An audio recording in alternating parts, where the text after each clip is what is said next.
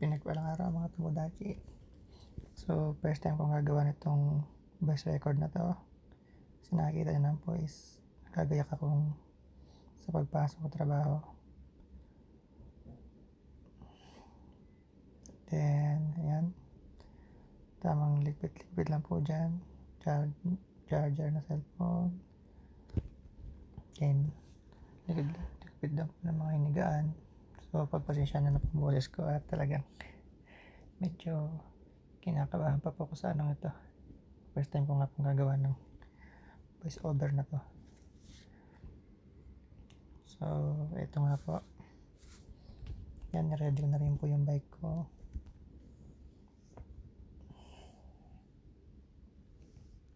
So sa harapan nga po ng bahay namin is may palayan dyan, palayan ng kapitbahay namin. Then ito nga po, pababa na tayo sa ano. So sa hindi natatanong po is maglilimang taon na po ako dito sa Japan. Lapit na rin po umuwi ng Pilipinas. Then ito nga po pala yung mga kasama ko, mga Pinoy din po sila.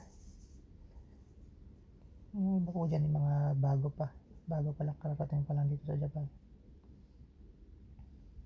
So ito na nga po, pasok na. Bike lang po ang gamit namin dito.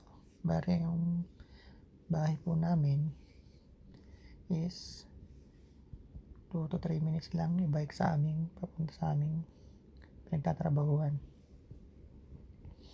So pag umaga po rito medyo traffic din po, gawa ng meron dyan stoplight.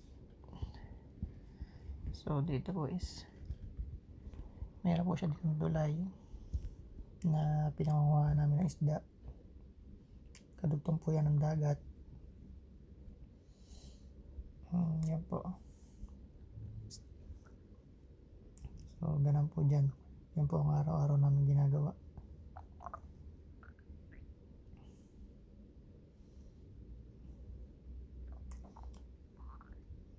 So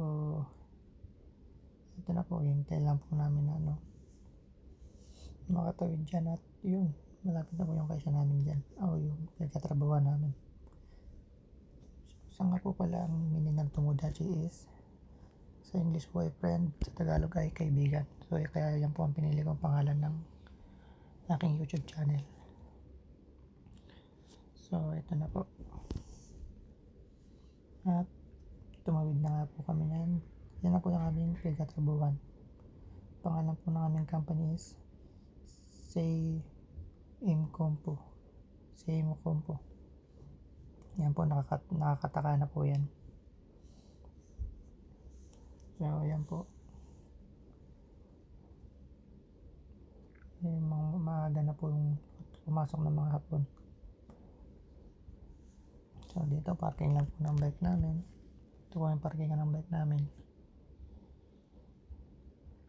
So dito po is naglakad na po ako papunta po dito sa aming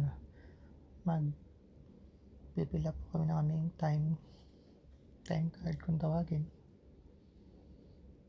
Yan, fill up lang po ng kaya naman po dito, hindi na po sila mahigpit sa pagpipill up niyan. Pwede mong fill upan agad or fill upan mo 1 week, no time ka na, basta as long as alam mo papasok ka. Then basta hindi po sila mahigpit sa pwede mong i-advance. So dito nga po, makapasok na po ako sa loob ng company. Nagpe-prepare na po kami. Prepare na po ako niyan. Kasi tuwing umaga po ay meron po kaming exercise bago mag-umpisa ang trabaho. At bago rin po mag-umpisa ang meeting namin. So hindi ko na po dyan na mabibidyohan yung aming pag-exercise. Bali yan po, preparation na po yan. Nagsama-sama po kami dyan. Napuna at saka mga Pilipino. Then ito po yung aking team leader. Yung line leader ko po. So ito po, prepare ko po yung aking machine. So mainit nga po pala ngayong panahon ito. Kailangan buksan po agad ang electric fan at sobrang init po talaga. Lilinisin ko lang po yung machine ko.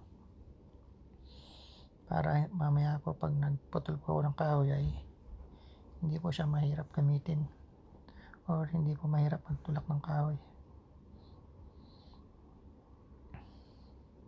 May nilalagay po kami dyan. So bago nga po pala yan, i-check nung isang hapon kung yung machine po ay gumagana or may diferensya. So yung pagkatapos po niya i-check, tamang linis lang po ulit. Lagay po ng pampadulas po ng para smooth po yung pagtulak ng kahoy.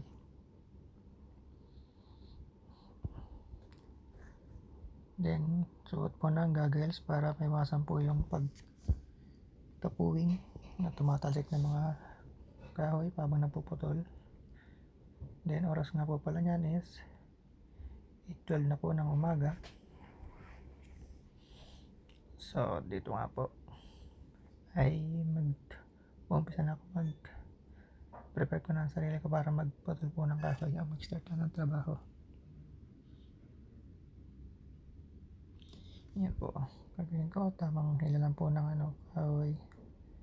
Then yan po, ganun po ang trabaho ko.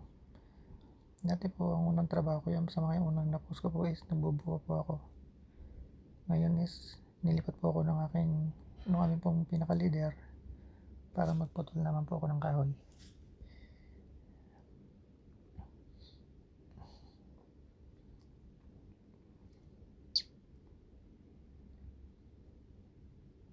So ganun lang po ang ginagawa namin araw-araw. Putol ng kahoy, bigay ng plan. Yung kasama ko po yun ay Pilipino rin po.